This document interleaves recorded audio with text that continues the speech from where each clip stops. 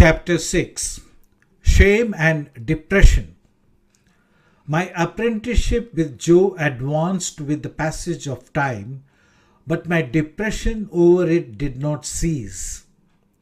My worst fear, which was unlikely that Estella might glance through a forge window and spot me with my black hands and face. How she would laugh at me then and scorn me. If I was not worried about hurting Joe, I would have probably run away to sea. But I would not do something so disrespectful that would disenchant his entire belief that being a blacksmith was a good thing. But I managed not to display my unhappiness in front of Joe, which made me feel better too. A year passed by this way, and I could not push away the desire any more to meet Estella and Miss Havisham again from my mind. Joe consented to give me a day off, and I found myself facing that accustomed gate again. It took some time for me to gather my courage and ring the bell. The woman who answered the bell introduced herself as one of Miss Havisham's cousins. I am sure she would have liked to send me away, but she went in to make sure, as she did not have the courage to do it on her own. Miss Havisham went for me, and I discovered that neither she nor her rooms had changed a bit. "Well, I hope you don't want anything, for you will get nothing," she said. I came into her presence. "No, Miss Havisham," I replied. "I just wanted to know that my apprenticeship is going well, and I wanted to thank you for urging it." "In that case, it's fine. You may continue to see me sometimes. Come on your birthday," she said. "You're thinking where Estella is, aren't you?" She smiled slyly. "Yes, ma'am. I was just hoping she's fine," I replied. "She is. She has gone abroad to be educated as a lady. Estella is prettier than ever now and much admired by all. Do you think you have lost her now?" she asked, and erupted into loud laughter, which was both spiteful and offensive. I didn't know how to reply, but I didn't have to, as I was dismissed by her from the room. As I rushed down the stairs and out of the house onto the road, her cruel laughter echoed in my ears. It was night when I reached home, and I had to walk all the way. The house and the forge were brightly illuminated, and I saw a crowd in front yard. I broke into a run, and the crowd parted when it saw me. A group of people were assembled in the kitchen, along with Joe and the village doctor. They moved aside for me as well, and I saw my sister lying unconscious on the kitchen floor, bleeding profusely from her head. "We must be brave now, old chap." Joe put his arm around me and comfortably. "Some villain had stolen into the kitchen and given her a very severe blow." He explained the situation. "Is she alive, Joe?" I stammered. "Yes, she is alive," the doctor said, "but probably not in her right senses." The police were questioning everybody, but no one had witnessed the attack. It appeared that someone had crept up behind my sister when she had been working on the stove and had dealt her a heavy blow at the back of the head. The attacker was not found. Although the investigations continued for weeks, I didn't speak about it, both of us knowing well that my sister had made many enemies in the village thanks to her sharp tongue and rash temper. I was not the only recipient of her strong blows in the village. Many in the village hated her, and any one of them could have done this misdeed. She recovered very slowly but never regained her memory or the power of speech. My sister was a changed person now, being quiet and patient. Like an aged cat, she gestured with her hands for us to place her beside the fire so that she could be comfortable. Joe was upset initially with the degeneration of his wife's health, but realized the quietude and pleasantness in his life that he had never encountered before. This was further elevated because Biddy came to live with us and take care of us. Biddy was a clever orphan girl in the village who was Mr. Wopsel's distant relation. My reading and writing skills were further enhanced under her guidance. Regarding her cooking, let me tell you that we had never tasted such delicacies before. She was also very gentle and kind to my sister and kept the house clean and everyone happy. Joe was able to go to the village pub for a glass of beer for the first time in his life and socialize with other men in the village. I discovered a good friend and a confidant in Biddy, as she was very compassionate and was always full of helpful suggestions. I confided my dream to her one day. I want to be a gentleman, Biddy. Is it because of Estella? She looked up from her sewing and asked me. Because she won't accept you as you are. I nodded. Yes, miserably. Biddy had hit the nail right on the head. I was ashamed both for myself and Estella. Chapter 7. Great Expectations. My apprenticeship with Joe had lasted for a period of almost 4 years when Mr. Jaggers visited us one day. I realized that he was the same man I had encountered with Estella on the stairs of Miss Havensham's house. One could not forget those sharp, doubtful eyes and those black, bushy eyebrows. He spoke in an authoritative tone as he addressed us. I have reason to believe that I am talking to Joseph Gargery, the blacksmith, and his apprentice Pip. That's right, sir, Joe replied. My name is Jaggers and I am a lawyer in London. I have been sent here by one of my clients.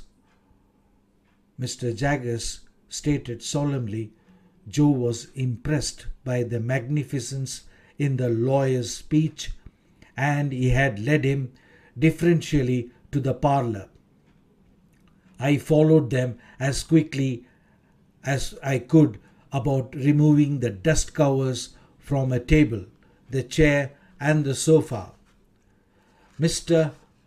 Jaggers sat on the chair by the table, glaring at Joe. Then he spoke to me. I bring an offer to relieve you of your apprenticeship, Pip. Then he turned to Joe and said, It is for his own good.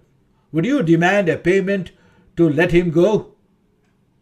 No, Joe replied quickly.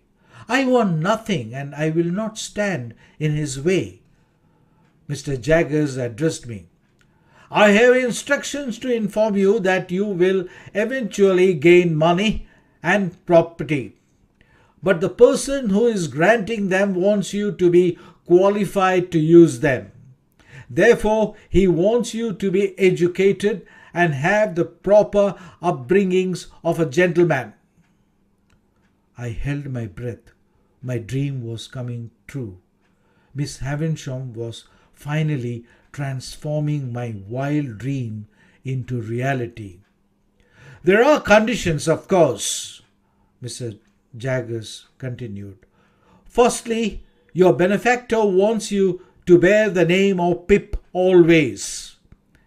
Secondly, his name will remain a secret till he wishes to reveal it himself. If you have any notion about his identity, you are not supposed to reveal it. Is that clear? He asked. I nodded. Do you accept? He asked then. I nodded again and assured Mr. Jaggers that the conditions were clear and I would follow them. Mr. Jaggers was silent for a while, as if he wanted to let the gravity of his last words sink in. Then he roused himself and spoke again. Now for the details of the arrangements. I have already mentioned that you have great expectations for the future. But for the present, a rather handsome amount of money has been set aside for you, which will suffice for your education and living expenses. This money will be handled by me on your behalf, so think of me as your guardian. I tried to thank him, but he raised his hand. There is no need for thanks, no need at all. I am being well paid for my services. Listen to my suggestions carefully now. Come on to London immediately. After you purchase suitable clothes, you will lodge there with Herbert Pocket, a young gentleman of about your age. Maybe you can obtain his help to acquire the manners and habits of a young gentleman. I suggest employing his father as your tutor. What do you say to all this? Of course, Mr. Jaggers, whatever you think it's best, I said quickly. I have heard of Pockets as they are related to Miss Havisham. Mr. Jaggers' face became hard. I believe that it is so. Here is some money for clothes and the journey. He counted out 20 guineas on the table and added his business card to the money. He bid us goodbye and left after that. Joe and I still sat on the sofa, thunderstruck. Biddy discovered the both of us there sitting like statues after some time. Joe recovered quickly and narrated the story of the swing of my fortunes to Biddy. He then ran into the kitchen to try and explain the situation to my sister. Biddy and I were alone, and she shook my hand heartily. One dream is coming true, Pip. I wonder if the others will as well. I realized that she meant my love for Estella when she spoke about the other dream, but I knew that she thought that Estella was vain and unsuitable as well. So all I said was, who knows, Biddy? Who knows? My sister's mind was not strong enough to grasp this new situation, and we could not make her understand what had just transpired. She just smiled and nodded as she tried to break the happy news to her, as she basked in the extra attention she was receiving. Early next morning, I decided to visit Mr. Trabb, the village tailor. His boy at the shop informed me that he was still having his breakfast in his apartment behind the shop. I waited anxiously till he called me to his table. He did not think I was important enough customer for his meal to be interrupted, and neither did he offer me anything to eat. "Mr. Trabb," I began as he continued eating, "I have come into some money." The tailor froze. Putting down his buttered roll, he wiped his fingers and rose from his chair immediately. His eyes became bigger as I fished some guinea out of my pocket, explaining, "I am to leave for London soon, and I require a fashionable suit to wear for the journey." Mr. Trabb began a flutter of activity after ushering me into his shop. He ordered his boy to lift several cloth bolts from the shelves. Mr. Trabb unfolded each one and praised them all. I selected a cloth fit for a young gentleman with his help and stood still as he did the measurements, assuring me repeatedly that my proportions would make any suit look dignified. He went to the extent of opening the door for me when I exited his shop. This was my first experience with the immense power of money and the respect it commanded. I wore the suit when it was ready to visit Miss Havisham in order to bid her goodbye. She said she had received the news of my good fortune from Mr. Jaggers and that she wished me well. Then Miss Havisham waved me out with her cane. I really wanted to thank her, but I recalled Mr. Jaggers' terms and conditions, and I did not disclose the fact that I thought that she was my benefactor. Her final words to me were, "Goodbye, Pip. You will always be known as Pip, you know." I nodded and waved her as I left. Joe became more and more serious as the day of my departure came closer. He said finally, "It is not my apprentice which is being taken away from me, but a small child that has sat with me by the fire many a night, and that has watched me at the forge many a night." His voice was full of emotion as he said this. I turned away from him to hide my tears.